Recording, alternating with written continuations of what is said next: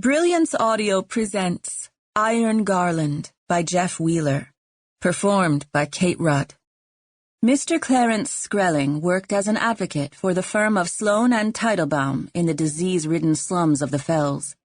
He was an ambitious young man from humble origins and, not content with letting others be his master, had worked evenings to bolster his own private interests. Though the Fells became dangerous after dark, he knew the ways of the street gangs and had learned which neighborhoods to avoid.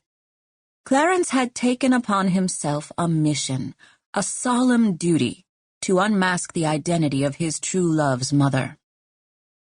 His true love, Miss Cettie, had been educated with him at Merewood Abbey, and she was now the keeper of the manor Fog Willows.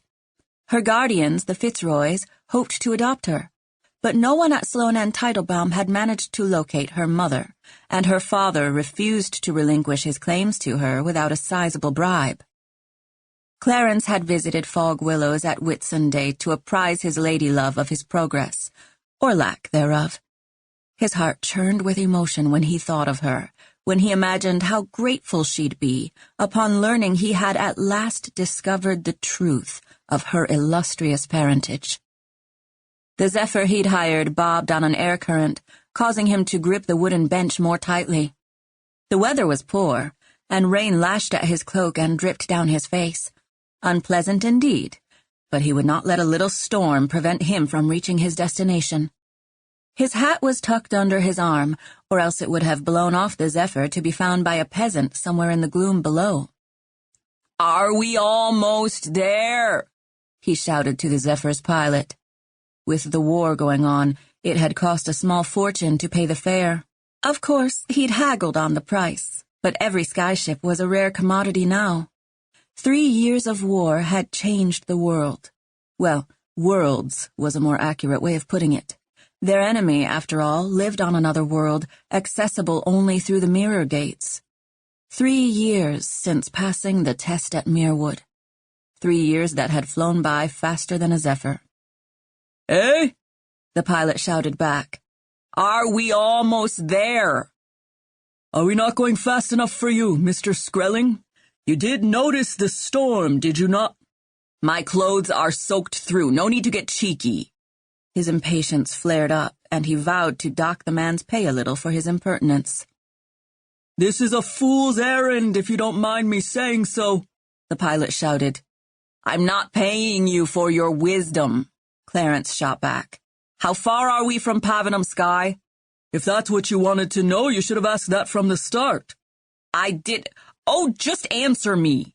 He realized the pilot was toying with him. Cheeky sod. "We would have been there an hour ago were it not for this storm. I wish I could afford the storm warnings out of Fog Willows. Wouldn't have come if I'd known, or I would have charged you more." "I'm sure you would have tried," Skrelling thought darkly.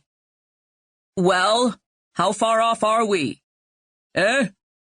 "How far off are we?" he shouted back more firmly. The wind was truly a monster. "I didn't ask what time we would have arrived. I want to know when we will." The pilot was silent. Had he even heard the question? Wiping the rain from his face, Clarence shivered and waited for a response. Confound it, would he have to repeat himself again? "See those lights up yonder?" the pilot called back to him. Squinting, Clarence looked and shook his head. "I see nothing." "Of course you don't, 'cause you're sitting down there. If you were to stand, you'd see it. That's Pavenham Sky up ahead." Clarence rose unsteadily to his feet, gripping the side railing to balance himself. He trembled with cold and the misery of sodden clothes, but he saw a glimpse of the floating manor. Another jolt from the Zephyr, and his heart jumped as he lurched against the side of the skyship. The pilot practically cackled with mirth as Clarence slunk back down onto the seat, an angry scowl on his face. Within a quarter hour they rose to the grand estate. Clarence had never been there before. No, someone of his station would never have merited an invitation from Lady Corinne of Pavenham Sky. She hosted only the most glamorous guests,